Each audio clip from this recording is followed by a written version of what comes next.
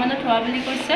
দুজন পেচেণ্ট আছে, এজন ঠিকে আছে আৰু এজনৰ অৱস্থা অকণমান সংকটজনক। তেখেতক GMCHলৈ ৰেফাৰ কৰা হ'ল। কি নাম আছিলে নাম কেইটা? ৰূপজান বিবি আৰু জ্যোৎস্না। বয়স কিমান? ৰূপজান বিবি 50 ইয়াৰ্ছ হয় আৰু জ্যোৎস্না বেগমটো 18 ইয়াৰ্ছ হয়। তেখেতক ৰেফাৰ কৰা হৈছে। 50 ইয়াৰ্ছ ৰূপজান বিবি, মাথাত আঘাত পাইছে। তাৰমানে আমাৰ সেই লিজাপুলি তেওঁ সাবানৰ পৰা 1 বিঘা মাটি কিনি লৈছে। কোনে কিনিছিল মাটি? এই ৰূপজান বিধবাই কিনিছে মোটামুটি 3 বছৰ আগতে 1 লাখ টকা দিয়ে।